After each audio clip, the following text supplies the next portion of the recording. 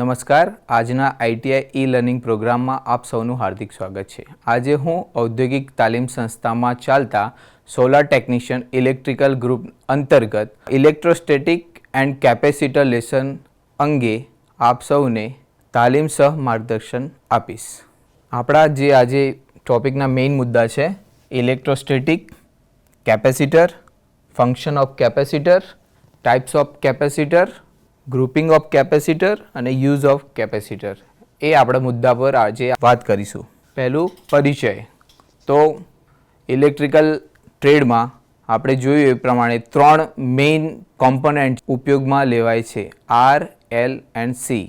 R મતલબ resistor, L એટલે inductor અને સી એટલે કેપેસિટર. કેપેસિટર એ રેઝિસ્ટર પછી સેકન્ડ નંબરનું મોસ્ટ યુઝ થતું કોમ્પોનન્ટ છે. વિદ્યુત ક્ષેત્રે રેઝિસ્ટર પછી અગત્યનું કોમ્પોનન્ટ એ કેપેસિટર છે, જેને કન્ડેન્સર પણ કહેવામાં આવે છે. કેપેસિટરને પહેલાં કન્ડેન્સર કહેવામાં આવતું હતું. First electrostatic. ઇલેક્ટ્રોસ્ટેટિકને આપણે 2 શબ્દમાં અલગ પાડીશું: ઇલેક્ટ્રો અને બીજો શબ્દ છે સ્ટેટિક. ઇલેક્ટ્રોનો મતલબ થાય ઇલેક્ટ્રિક ચાર્જ અને સ્ટેટિકનો મતલબ થાય સ્થિર. સ્થિતિમાનમાં જે હોય, જે ચાર્જ સ્થિતિમાનમાં હોય તેને ઇલેક્ટ્રોસ્ટેટિક કહેવામાં આવે છે. જે ઇલેક્ટ્રિક ચાર્જ પોતાની સ્થિતિમાન કન્ડિશનમાં મૂવ થતા નથી, એક જગ્યાએથી બીજી જગ્યાએ થતા નથી, એવા ચાર્જને ઇલેક્ટ્રોસ્ટેટિક કહેવામાં આવે છે. મુખ્યત્વે 2 પ્રકારના ચાર્જ હોય છે: એક પોઝિટિવ ચાર્જ અને બીજો નેગેટિવ ચાર્જ. પોઝિટિવ ચાર્જમાં પ્રોટોન હોય છે, જ્યારે નેગેટિવ ચાર્જમાં ઇલેક્ટ્રોન હોય છે. Law of electric charge. હવે આપણે જોયું એ પ્રમાણે 2 પ્રકારના ચાર્જ હોય: એક પોઝિટિવ ચાર્જ હોય અને બીજો નેગેટિવ ચાર્જ હોય. તો ઇલેક્ટ્રોસ્ટેટિકમાં શું થાય? જ્યારે 2 નેગેટિવ ચાર્જ અથવા 2 પોઝિટિવ ચાર્જ એકબીજા સામે આવે છે, એ ટાઈમ પર બંને એકબીજાનો વિરોધ કરે છે, મતલબ રિપલ્ઝન થાય છે, ઓપોઝ કરે છે. તો બંને એકબીજાને ઓપોઝિટ ડાયરેક્શનમાં ફોર્સ લગાવે છે. જ્યારે 2 ઓપોઝિટ ચાર્જ એટલે એક પોઝિટિવ ચાર્જ અને એક નેગેટિવ ચાર્જ જ્યારે એક સાથે આવે છે, તો બંને વચ્ચે આકર્ષણનું ફોર્સ લાગુ પડે છે. જે અસમાન ઇલેક્ટ્રિકલ ચાર્જ વચ્ચે આકર્ષણનું બળ લાગે છે તેને ઇલેક્ટ્રોસ્ટેટિક બળ કહેવામાં આવે છે. ઇલેક્ટ્રોસ્ટેટિક બળની ગણતરી 1884માં ચાર્લ્સ ઓગસ્ટિન ડી કુલમ્બ દ્વારા કરવામાં આવી હતી. કુલમ્બનો નિયમ ઇલેક્ટ્રોસ્ટેટિક બળની મેગ્નિટ્યુડ એટલે તીવ્રતાની ગણતરી કરવા માટે લેવાય છે. મેગ્નિટ્યુડ એટલે તીવ્રતાની આપણે જે વેલ્યુ કહીએ તો એ 1.6 × 10⁻19 કુલમ્બ છે. ચાર્જ ઉત્પન્ન કરી શકાતું નથી. ચાર્જ એક જગ્યાએથી બીજી જગ્યાએ ટ્રાન્સફર કરી શકાય છે, પરંતુ ચાર્જ ઉત્પન્ન કરી શકાતું નથી. આપણે કેપેસિટરનો આના પછી અભ્યાસ કરીશું, તો એના પહેલાં આપણે એક મુદ્દો જોઈ લઈએ: વાહક અને અવાહક. આપણે બધા જાણીએ છીએ વાહક કોને કહેવાય, અવાહક કોને કહેવાય. વાહક જે મટીરિયલમાંથી ઇલેક્ટ્રિક ચાર્જ સરળતાથી પસાર થઈ જાય તેને વાહક મટીરિયલ કહેવામાં આવે છે. ઉદાહરણ તરીકે સોનું, ચાંદી, તાંબુ, એલ્યુમિનિયમ વગેરે વગેરે. જે પોતાના અંદરથી ઇલેક્ટ્રિક ચાર્જ અથવા ઇલેક્ટ્રિક કરંટને સરળતાથી પસાર થવા દે તેવા મટીરિયલને વાહક મટીરિયલ કહેવામાં આવે છે. સેકન્ડ છે અવાહક. જે મટીરિયલ પોતાના અંદરથી ઇલેક્ટ્રિક ચાર્જ અથવા ઇલેક્ટ્રિક કરંટને સરળતાથી પસાર થવા ના દે અથવા થવા જ ના દે તેવા મટીરિયલને અવાહક મટીરિયલ કહેવામાં આવે છે. ઉદાહરણ તરીકે પ્લાસ્ટિક, લાકડું, કાચ, હવા, ઓઇલ, રબર, કાગળ. આપણો સેકન્ડ ટોપિક છે કેપેસિટર. વિદ્યુત ક્ષેત્રે પહેલાં મેં જણાવ્યું એ પ્રમાણે રેઝિસ્ટર પછી સેકન્ડ નંબરનો કોમ્પોનન્ટ છે જે સૌથી વધુ ઉપયોગમાં લેવાય છે, કેપેસિટર. કેપેસિટર એ પોતાની અંદર ચાર્જનો સંગ્રહ કરે છે, જેને કન્ડેન્સર પણ કહેવામાં આવે છે. હવે કેપેસિટર ઇલેક્ટ્રિકલ ચાર્જના સ્વરૂપમાં એનર્જીનો સંગ્રહ કરતું હોય છે. તેનો સાધારણ એકમ ફેરાડ અને નાનો એકમ માઇક્રોફેરાડ છે. આપણે કેપેસિટર ઉપર રેટિંગ લખેલા જ હોય છે. 1 માઇક્રોફેરાડ, 2 માઇક્રોફેરાડ, 3 માઇક્રોફેરાડ, 2.5, 3.5 માઇક્રોફેરાડ, તો એનો એકમ છે. ઇલેક્ટ્રિકલમાં બે કોમ્પોનન્ટ હોય, active component and passive component. તો જે કેપેસિટર, રેઝિસ્ટર, ઇન્ડક્ટર એ બધા પેસિવ કોમ્પોનન્ટમાં આવશે, જ્યારે સેમિકન્ડક્ટર ડિવાઇસ છે એ બધા એક્ટિવ કોમ્પોનન્ટમાં આવશે. રચના, કન્સ્ટ્રક્શન. રચના કોની? કેપેસિટરની રચના, કન્સ્ટ્રક્શન ઓફ કેપેસિટર. પહેલાં જોયું આપણે વાહક અને અવાહક મટીરિયલ. એના ઉપરથી વાહક, તો જે પ્લેટ નંબર 1 અને પ્લેટ નંબર 2 છે એ આપણી વાહક પ્લેટ છે. કેપેસિટરની અંદર બે વાહક પ્લેટની અંદર ડાઇલેક્ટ્રિક મટીરિયલનો અર્થ થાય અવાહક મટીરિયલ, કે જેના અંદરથી ચાર્જ પસાર થઈ શકે નહીં. અને પ્લેટ 1 અને પ્લેટ 2 એ વાહક પ્લેટ છે જેના અંદરથી ચાર્જ પસાર થઈ શકે. તો રચનામાં શું છે? બે વાહક પ્લેટની વચ્ચે ડાઇલેક્ટ્રિક મટીરિયલ લગાવેલું હોય છે અને વાહક પ્લેટના એક છેડાને સોલ્ડરિંગ કરી અને ટર્મિનલ બહાર કાઢવામાં આવે છે અને બીજો ટર્મિનલ બીજી પ્લેટ જોડે સોલ્ડરિંગ કરી અને ટર્મિનલ બહાર કાઢવામાં આવે છે. બે વાહક ધાતુની પ્લેટને સમાંતરમાં રાખી પાતળા અવાહક પડથી જુદા જુદા પાડવાની જે રચના બને તેને કેપેસિટર કહેવામાં આવે છે. તો બે વાહકની પ્લેટ હોય એની વચ્ચે અવાહક ડાઇલેક્ટ્રિક મટીરિયલ લગાવેલું હોય તો જે એવી રચના હોય તેને કેપેસિટર કહેવામાં આવે છે.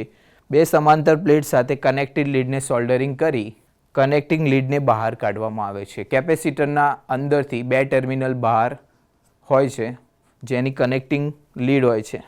જે પ્લેટ નંબર 1 આકૃતિમાં જોયું એ પ્રમાણે પ્લેટ નંબર 1 અને પ્લેટ નંબર 2 છે એ ધાતુની પ્લેટ હોય છે.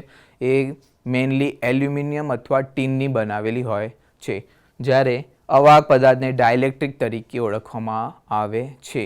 ડાઇલેક્ટ્રિક પદાર્થના આધારે કેપેસિટરના અલગ અલગ ભાગ પડે છે. કેપેસિટરનો કાર્ય સિદ્ધાંત, વર્કિંગ ઓફ કેપેસિટર. જ્યારે કેપેસિટરને સપ્લાય સોર્સ સાથે જોડવામાં આવે છે ત્યારે સોર્સના નેગેટિવ ટર્મિનલમાંથી ઇલેક્ટ્રોન કનેક્ટિંગ લીડના મારફતે કેપેસિટરની નેગેટિવ પ્લેટ પર એકત્રિત થશે. સોર્સના પોઝિટિવ ટર્મિનલમાંથી ઇલેક્ટ્રોન કનેક્ટિંગ લીડ મારફતે કેપેસિટરની પોઝિટિવ પ્લેટ પર એકત્રિત થશે. આકૃતિમાં જોઈએ આપણે. આ એક કેપેસિટર છે, એની આ પોઝિટિવ પ્લેટ, આ નેગેટિવ પ્લેટ.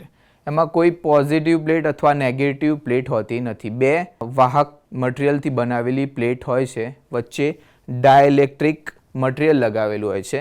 જ્યારે આપણે કેપેસિટરને સપ્લાય સાથે જોડીએ ત્યારે સપ્લાય સોર્સનો નેગેટિવ ટર્મિનલમાંથી નેગેટિવ ચાર્જ નીકળી કેપેસિટરની એક પ્લેટ ઉપર નેગેટિવ ચાર્જ સ્ટોર થાય છે. જ્યારે બીજી પ્લેટ ઉપર ઇલેક્ટ્રોન મૂવ થતાં અહીંયા એની ઓપોઝિટ ડાયરેક્શન, નેગેટિવ ચાર્જની ઓપોઝિટ પ્લેટ પર પોઝિટિવ ચાર્જ સ્ટોર થાય છે, જેથી કેપેસિટર એક નેગેટિવ ચાર્જ અને બીજું પોઝિટિવ ચાર્જથી ચાર્જ સ્ટોર કરે છે.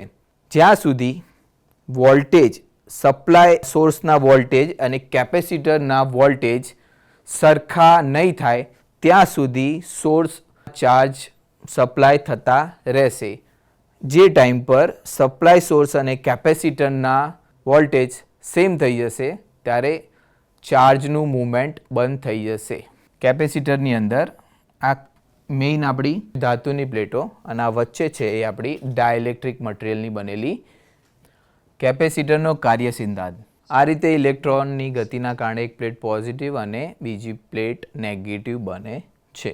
કેપેસિટન્સ. ઇલેક્ટ્રિકલ કમ્પોનેન્ટમાં આર અને સીએલ ત્રણ વસ્તુ હોય, એમાં આરનો રેઝિસ્ટર, એનો ગુણધર્મ હોય રેઝિસ્ટન્સ, જે ઇલેક્ટ્રિક કરંટને પોતાના અંદરથી સરળતાથી પસાર થવા ના દે, જેનો વિરોધ કરે તેવા ગુણધર્મને રેઝિસ્ટન્સ કહેવાય. એવી રીતે કેપેસિટરની અંદર જે ઇલેક્ટ્રિક ચાર્જને સંગ્રહ કરવાનો ગુણધર્મ છે તેને કેપેસિટન્સ કહેવામાં આવે છે. કેપેસિટરના ઇલેક્ટ્રિક ચાર્જને સંગ્રહ કરવાના ગુણને કેપેસિટન્સ કહેવામાં આવે છે. કેપેસિટરમાં સંગ્રહ થતો ચાર્જનો જથ્થો કેપેસિટરના આપવામાં આવેલા વોલ્ટેજના સમપ્રમાણમાં હોય છે. Q directly proportional two V. જેટલો તમે સપ્લાય વોલ્ટેજ આપશો એટલો જ તેમાં ચાર્જ સંગ્રહ થશે. Q સંગ્રહિત ચાર્જ, Q બરાબર સંગ્રહિત ચાર્જ, જ્યારે V બરાબર સપ્લાય વોલ્ટેજ. સપ્લાય સોર્સથી તમે કેટલો વોલ્ટેજ આપો છો, 1.5 વોલ્ટેજ, 3 વોલ્ટેજ, 6 વોલ્ટેજ, જેટલા વોલ્ટેજ આપશો એ સપ્લાય વોલ્ટેજ. C અચળાંક, capacitance is equal to Q by V.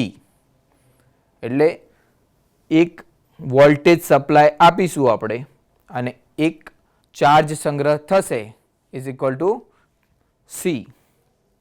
Cને કેપેસિટરનું કેપેસિટન્સ પણ કહેવામાં આવે છે, જેનો એકમ ફેરાડ છે. માઇક્રોફેરાડ, ફેરાડ આપણે જોઈ ગયા. જો કેપેસિટરને 1 વોલ્ટનું વીજ દબાણ આપવાથી 1 કુલમ વીજભાર તેના અંદર સંગ્રહ થાય તો તેને 1 ફેરાડ કેપેસિટન્સ સંગ્રહિત થયું છે તેમ કહેવાય. 1 ફેરાડ બરાબર 1 coulomb 1 Q divide by 1 volt 1 V. તો માઇક્રોફેરાડ એ એનો યુનિટ છે અને પાઇકોફેરાડ એનો નાનામાં નાનો યુનિટ છે. કુલમ ઇલેક્ટ્રિક ચાર્જનો એકમ કુલમ્બ છે.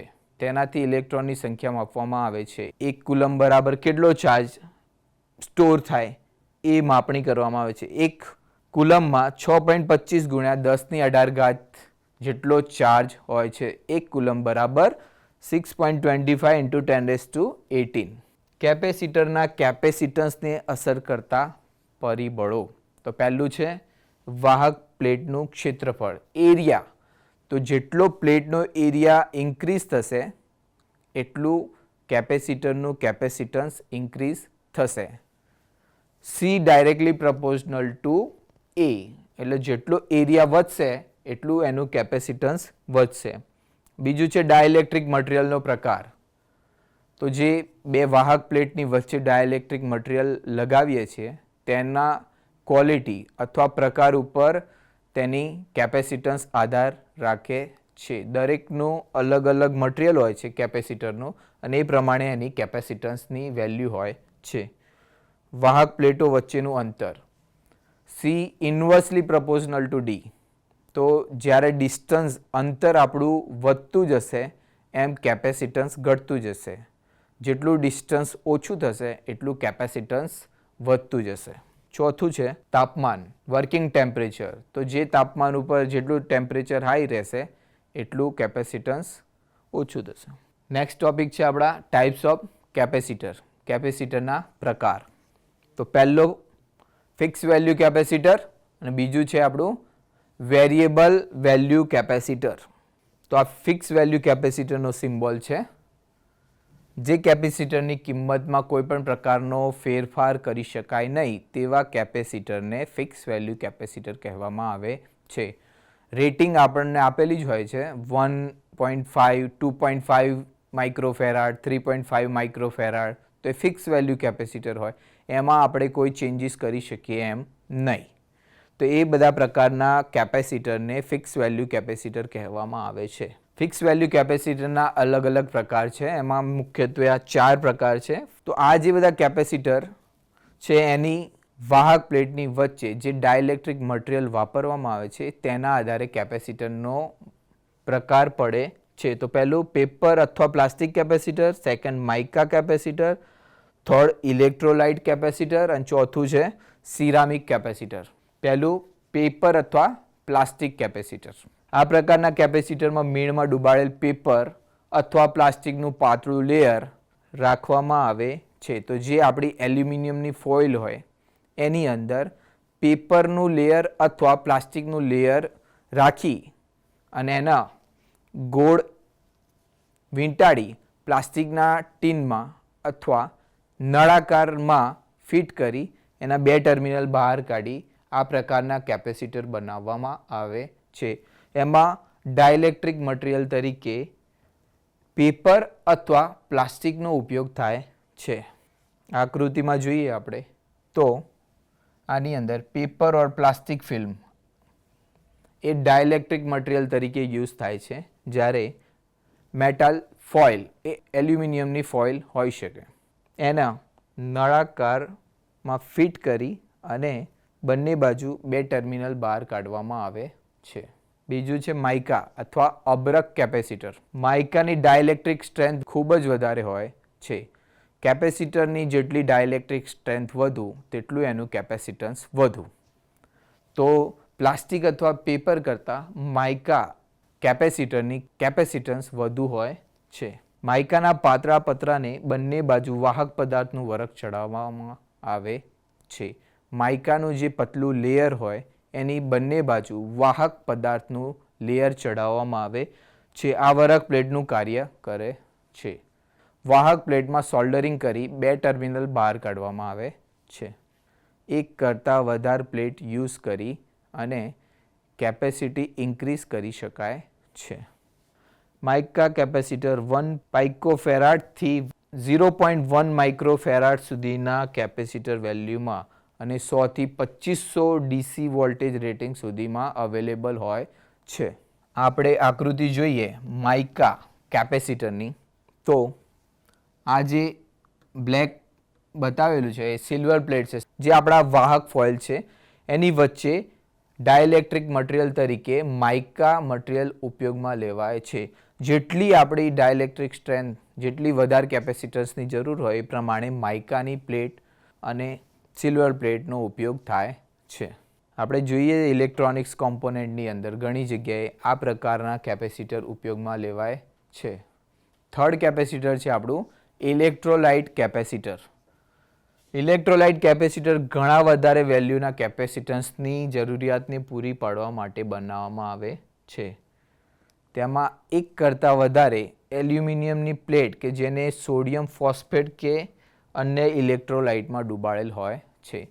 એલ્યુમિનિયમની પ્લેટને સોડિયમ ફોસ્ફેટ ઇલેક્ટ્રોલાઇટમાં ડૂબાડેલું હોય, જે એક ઇન્સ્યુલેટિંગ તરીકે કાર્ય કરે છે, જેના કારણે આ ઇલેક્ટ્રોલાઇટનું તેના પર પાતળું પડ થઈ જાય છે, જે ઇન્સ્યુલેટિંગ માધ્યમ તરીકે કામ કરે છે.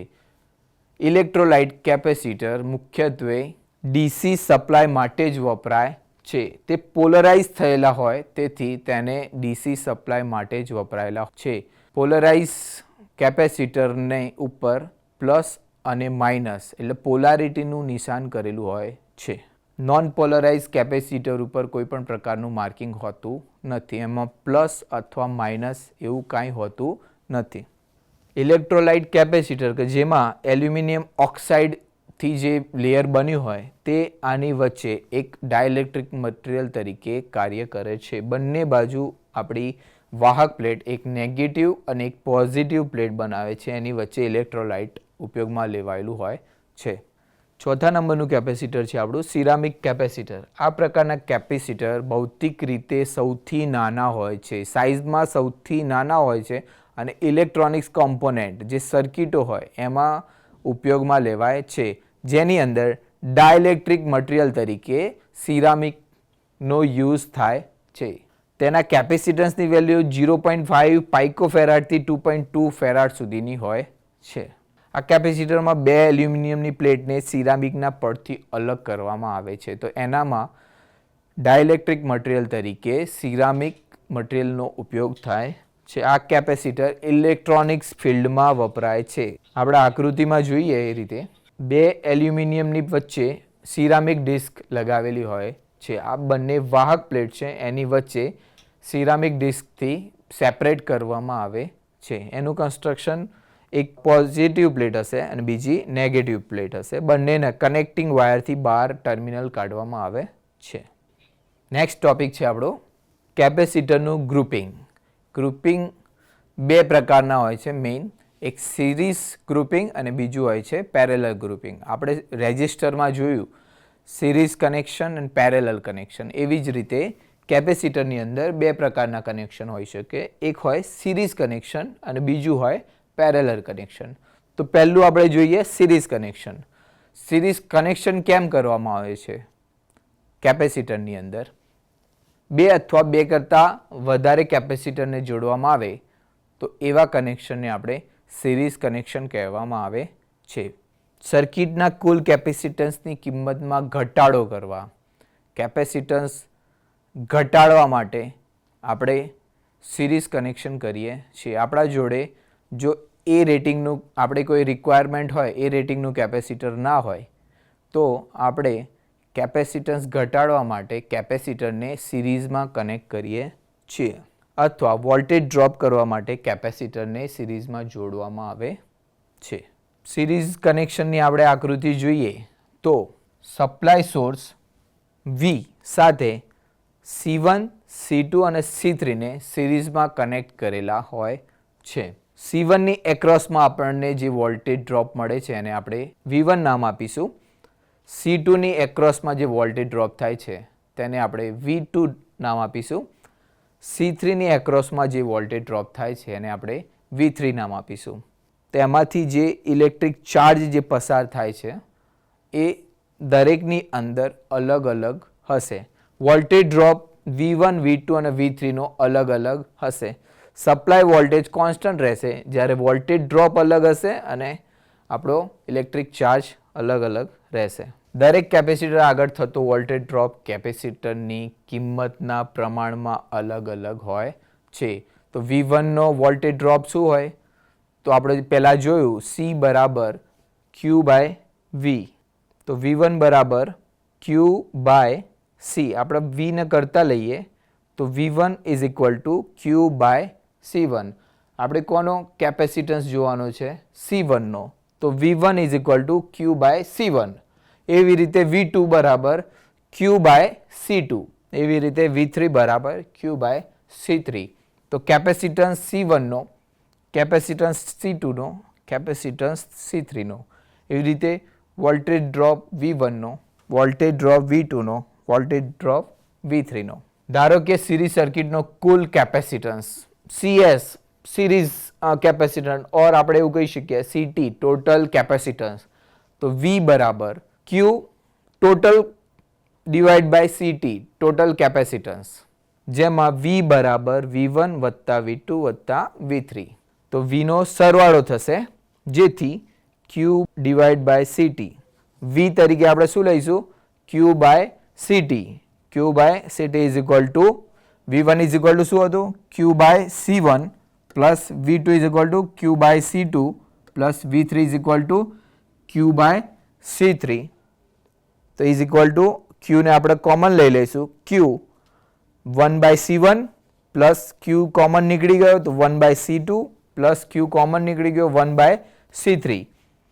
Q કેન્સલ આઉટ થઈ જશે તો 1 by CT is equal to 1 by C1 plus 1 by C2 plus 1 by C3. Series સર્કિટમાં આપણે મેઇન ટોટલ કેપેસિટન્સનું સૂત્ર પ્લસ વોલ્ટેજ ડ્રોપનું સૂત્ર અને કુલ વોલ્ટેજનું સૂત્ર જોયું. સિરીઝ કનેક્શનમાં આપણે જોયું 3 કેપેસિટર અથવા 4 અથવા નંબર ઓફ કેપેસિટર જોડી શકીએ છીએ. એના ઉપરથી આપણે એક એક્ઝામ્પલ ગણીશું. સિરીઝ ગ્રુપિંગમાં આપણે જોયા ઇક્વેશન એના આધારે આપણે એક દાખલો ગણીશું અહીંયા. તો એક્ઝામ્પલ નંબર 1 3 કેપેસિટર કે જેની અનુક્રમે કિંમત 3, 6 અને 9 માઇક્રોફેરાડ છે તેને સિરીઝમાં જોડી 230 વોલ્ટેજનું વીજ દબાણ આપવામાં આવે તો નીચેની બાબતોની ગણતરી કરો. કયા કયા બાબતોની ગણતરી કરવાની છે કુલ કેપેસિટન્સ અને બીજી વસ્તુ છે દરેક કેપેસિટર આગળ થતો વોલ્ટેજ ડ્રોપ. તો ફાઇન્ડ શું કરવાનું છે સોલ્યુશન.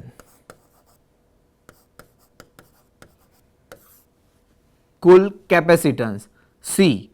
તો સિરીઝની અંદર ટોટલ કેપેસિટન્સનું સૂત્ર શું છે first 1 upon CT is equal to 1 upon C1 plus 1 upon C2 plus 1 upon C3. કારણ કે આપણે C3 સુધી જ જઈશું 3 જ કેપેસિટર કનેક્ટ કરેલા છે. જો C4 હોય 4 કેપેસિટર કનેક્ટ હોય તો C4માં જઈશું, 5 હોય તો 5માં જઈશું.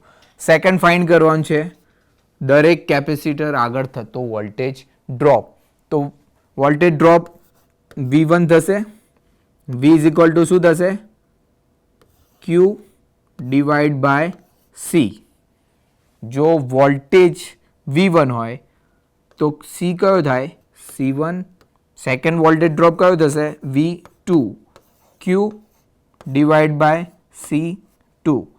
Third voltage drop V3 Q divide by C3. તો આપણને વેલ્યુ કઈ કઈ આપેલી છે? એક આપેલું છે આપણને 3, 6 અને 9. 3 કેપેસિટરની વેલ્યુ આપેલી છે. બીજી વસ્તુ આપેલી છે 230 વોલ્ટેજ. ટોટલ વોલ્ટેજ આપણને આપેલા છે. Total voltage V is equal to 230 volt.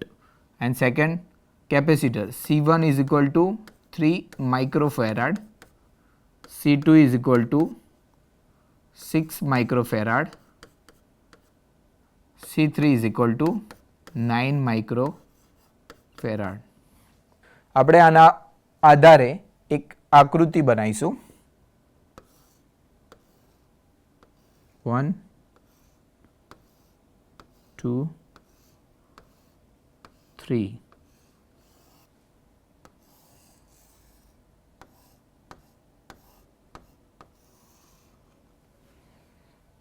આ ફર્સ્ટ આપણું થશે C1, second capacitor C2, third capacitor C3. ત્રણેય કેપેસિટરને આપણે સિરીઝમાં જોડેલા છે. આપણો સપ્લાય વોલ્ટેજ સોર્સ, આ પોઝિટિવ ટર્મિનલ, આ થશે આપણો નેગેટિવ ટર્મિનલ. C1ની વેલ્યુ આપણને ખબર છે, C2ની વેલ્યુ ખબર છે, C3ની વેલ્યુ ખબર છે, અને VSની value, total voltage. Now first આપણે શું ફાઇન્ડ કરીશું? Total capacitance. સૂત્ર 1 divide by CT is equal to 1/C1 plus 1/C2 plus 1/C3. C1ની વેલ્યુ કેટલી છે? 1/3 પ્લસ C2ની વેલ્યુ 1/6, C3ની વેલ્યુ 1/9. હવે જે આ રીતનું આવે એના પછી આપણે શું કરવાનું? તો આની અંદર લસા કાઢી શકાય. લસા 3, 6, 9. તો પહેલાં 2થી ભાગ ચલાવવાનો. જો 2થી ના ચાલે તો પછી 3થી. તો અત્યારે 3નો છે, 2થી નહીં ચાલે. 6 છે તો 3 દુ 6. 9 જોડે નહીં થાય તો 9 જેમ છે એમ, 3 જે રીતે છે એ રીતે છે. હવે 3 આવ્યા તો 2થી ભાગ નહીં ચાલે, 3થી ભાગ ચલાવવો પડશે. 1, 3, 3, 1, 3, 3, 3 તાલી 9. અહીં 1, 1, 1 અને આ 3 છે એટલે 3. 3 તાલી 9 દુ 18. તો આપણો લસા કેટલો આવશે? 18. તો આ જે વેલ્યુ છે એની અંદર ઉપર 18 અને નીચે 18 થાય એ રીતે મલ્ટીપ્લાય કરવાનું થશે. તો 1 ડિવાઈડ બાય 3 ગુણ્યા 6 તાલી 18. તો 6 આવશે નીચે, ઉપર 6 આવશે, પ્લસ 1 ડિવાઈડ બાય 6 નીચે, તો નીચે 6 તાલી 18, 1 જોડે 3, પ્લસ 1 ડિવાઈડ બાય 9, 9 9 દુ 18, ઉપર 2. તો આપણી કિંમત આવશે 6 divide by 18 plus 3 divide by 18 plus 2 divide by 18. 6 ભાગ્યા 18, 3 એકા 3 ડિવાઈડ બાય 6 તાલી 18, 2 એકા 2, 9 દુ 18. તો ઉપરનો પ્લસ થશે અને નીચે 6, 3, 9 અને 2 11 divide by 18. 1/CT is equal to 11/18. તો 1/CT લઈએ તો એના કરતાં ફાઇનલી આપણે ટોટલ કેપેસિટન્સ જોવાનું છે. તો જો આ ઊંધું થઈ જાય તો 18 ઉપર જતા રહેશે, 11 નીચે આવી જશે, તો 18 divide by 11, 1.63 microfarad. Total capacitance આપણું કેટલું આવશે? 1.63 માઇક્રોફેરાડ. કુલ કેપેસિટન્સ આપણું મળી ગયું. CT is equal two 1.63. Next, દરેક કેપેસિટર આગળ થતો વોલ્ટેજ ડ્રોપ. તો આપણે શું ફાઇન્ડ કરવાનું છે? V1, V2 અને V3. C1 અવેલેબલ છે પણ Q અવેલેબલ નથી. તો એના પહેલાં આપણે ચાર્જ શોધવો પડશે. Q is equal two C into V. C means total. V supply voltage છે અને ટોટલ કેપેસિટન્સ છે આપણો, તો CT ઇન્ટુ V. તો CT કેટલો છે 1.63 અને સપ્લાય આપણો કેટલો છે 230 વોલ્ટેજ. સો 230 ઇન્ટુ 1.63 376.36 કુલમ. તો આપણા જોડે Q આવી ગયો, C આવી ગયો, V આવી ગયો. તો V finally voltage drop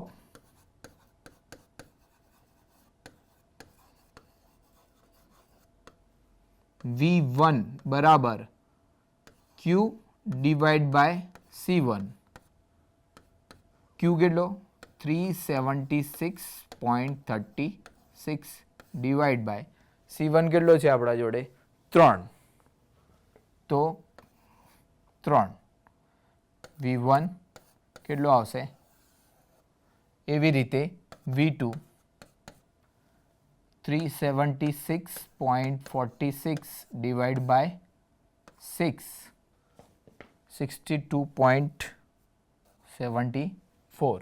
next આવશે 376.46 ડિવાઇડ બાય 9 41.82 41.82 V. આની એક્રોસમાં V અને આ આવશે V. તો voltage drop across capacitor V1 125 આવશે, V2 62.74 અને V3 આવશે 41.82. તો કેપેસિટર સિરીઝ ગ્રુપિંગ કરીશું તો એનો વોલ્ટેજ ડ્રોપ થશે અને એનું કેપેસિટન્સ ઘટતું જશે. નેક્સ્ટ પેરેલલ જોડાણ. બે અથવા બે કરતાં વધારે કેપેસિટરને પેરેલલમાં જોડેલું હોય, આકૃતિ જોઈએ આપણે 1 2 3 બે અથવા બે કરતાં વધારે કેપેસિટરને પેરેલલમાં જોડ્યા હોય તેવા કનેક્શનને પેરેલલ કનેક્શન કહેવામાં આવે છે. આમાં પણ સપ્લાય સોર્સ V સાથે C1 C2 અને C3 કનેક્ટ કરેલા છે. પેરેલલ કનેક્શનનું જરૂરિયાત શું હોય, તો સિરીઝ કનેક્શનમાં કેપેસિટન્સ ઘટાડવા માટે સિરીઝ કનેક્શન કરતા હતા, જ્યારે પેરેલલ કનેક્શનમાં કેપેસિટન્સ ઇન્ક્રીઝ કરવા માટે પેરેલલ કનેક્શન કરવામાં આવે છે. આકૃતિમાં જોઈએ એ પ્રમાણે સપ્લાય સોર્સ સાથે 1 2 અને 3 કેપેસિટર કનેક્ટ કરેલા છે. તો કેપેસિટર C1, કેપેસિટર C2 અને કેપેસિટર C3 ત્રણેયના એક્રોસમાં વોલ્ટેજ સેમ રહેશે, તો વોલ્ટેજ ડ્રોપ થશે નહીં. દરેકનો ચાર્જ સેમ રહેશે. સો Q1 is equal two C1 V. Voltage દરેકના સેમ છે. Q2 is equal two C2 V. Q3 is equal two C3 V. જો કેપેસિટરની વેલ્યુ સેમ હોય તો દરેક ચાર્જની વેલ્યુ સેમ રહેશે. જો કેપેસિટરની વેલ્યુ અલગ અલગ હોય તો ચાર્જની વેલ્યુ અલગ અલગ રહેશે, ઇલેક્ટ્રિક ચાર્જની. તો total electric charge is equal two Q1 plus Q2 plus Q3 total. પહેલામાં વોલ્ટેજનો સરવાળો થતો હતો, આની અંદર ચાર્જનો સરવાળો થશે. ધારો કે કુલ કેપેસિટન્સ CT, તો હવે આપણે ચાર્જ ફાઇન્ડ કરવો હોય તો Q is equal two CT into V. આ સૂત્ર બનશે. Total capacitance into supply voltage is equal two total charge. તો જે ઇક્વેશન છે આપણા આ 4 નંબરના ઇક્વેશનમાં આ વેલ્યુ પુટ ડાઉન કરીએ તો Q is equal two CT into V is equal two C1 V plus C2 V plus C3 V. V1 2 3 નહીં આવે આમાં, કારણ કે પેરેલલ કનેક્શનમાં V બધામાં કોન્સ્ટન્ટ રહે છે. C1 V plus C2 V plus C3 V.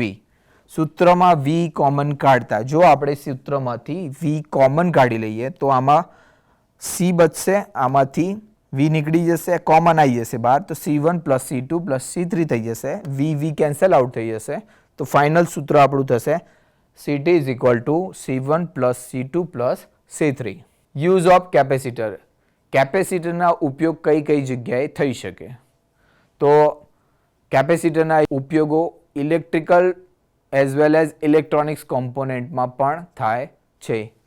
તો ફર્સ્ટ સિંગલ ફેઝ મોટરમાં આપણે જાણીએ છીએ single phase motor self start હોતી નથી. એને સેલ્ફ સ્ટાર્ટ કરવા માટે કેપેસિટરનો ઉપયોગ કરવામાં આવે છે.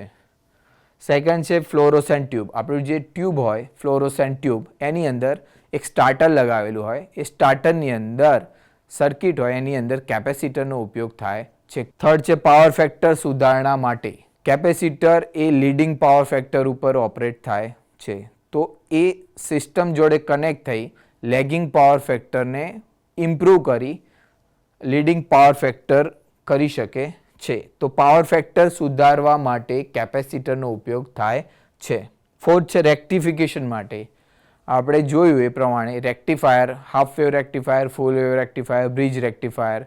તો જે રેક્ટિફાયર સર્કિટ હોય જે એસીનું ડીસી કન્વર્ઝન કરતું હોય એની અંદર કેપેસિટર એ ફિલ્ટર સર્કિટ તરીકે કામ કરે છે. તો કેપેસિટરનો ઉપયોગ રેક્ટિફિકેશનમાં પણ થાય છે. Next MCQ. First question, capacitor એ ખાલી જગ્યા ડિવાઇસ છે. કયો ડિવાઇસ છે કેપેસિટર? તો ફર્સ્ટ ઓપ્શન ઇલેક્ટ્રિક ચાર્જને સંગ્રહ કરવાની. સેકન્ડ ઓપ્શન વોલ્ટેજ બૂસ્ટ કરવાની. થર્ડ ઓપ્શન વોલ્ટેજ ડ્રોપ કરવાની. અને ફોર્થ ઓપ્શન કરંટને સરળતાથી વહેડાવવાની. તો સાચો જવાબ છે ઇલેક્ટ્રિક ચાર્જને સંગ્રહ કરવાની. તો બીજા જોઈ લઈએ, વોલ્ટેજ બૂસ્ટ કરવાની. તો વોલ્ટેજ બૂસ્ટ કરી શકતું નથી કેપેસિટર. કેપેસિટર સપ્લાય સોર્સના જેટલા વોલ્ટેજ હશે એટલા જ કેપેસિટરના વોલ્ટેજ હશે. તો વોલ્ટેજ બૂસ્ટ કરી શકતું નથી. થર્ડ છે વોલ્ટેજ ડ્રોપ કરવાની. સપ્લાય સોર્સ જેટલો આપીશું એટલું કેપેસિટર ચાર્જ થશે, તો વોલ્ટેજ ડ્રોપ કરશે નહીં. ફોર્થ, કરંટને સરળતાથી વહેવડાવવાની. કંડક્ટર તરીકે કામ કરતું નથી, એ ચાર્જને સંગ્રહ કરવાનું કાર્ય કરે છે. તો આપણો સાચો જવાબ ઇલેક્ટ્રિકલ ચાર્જને સંગ્રહ કરવાની. સેકન્ડ ક્વેશ્ચન, નીચેના પૈકી કયા કેપેસિટરને સપ્લાય સાથે જોડતા પહેલા પોલારિટી ચેક કરવી જોઈએ? આપણે જોયું પોલરાઇઝ કેપેસિટર. તો કયું હતું પોલરાઇઝ કેપેસિટર? તો આપણું પોલરાઇઝ કેપેસિટર હતું ઇલેક્ટ્રોલાઇટ કેપેસિટર. ઇલેક્ટ્રોલાઇટનો ઉપયોગ કરી ડાઇલેક્ટ્રિક મટીરિયલ બનાવવામાં આવે છે જે ડીસી સપ્લાયમાં જ ઉપયોગ થાય છે, એટલે એને પોલરાઇઝ કેપેસિટર કહેવામાં આવે છે. થર્ડ ક્વેશ્ચન, કેપેસિટરનું સિરીઝમાં જોડાણ કરતા કુલ કેપેસિટન્સમાં શું થાય છે? હમણાં જ જોયું આપણે સિરીઝમાં કનેક્શન કરીએ તો એનું કેપેસિટન્સ ઘટતું હોય છે, જ્યારે પેરેલલમાં કનેક્શન કરીએ તો એનું કેપેસિટન્સ વધતું હોય છે. તો કેપેસિટન્સ ઘટાડવા માટે આપણે સિરીઝમાં કનેક્શન કરવાનું થાય છે. આજના ઓનલાઈન લેક્ચરમાં જે મેં તમને ટોપિક સમજાયો ઇલેક્ટ્રોસ્ટેટિક એન્ડ કેપેસિટર, એમાં તમને સંપૂર્ણ માહિતી મળી હશે તેવી હું આશા રાખું છું. આભાર.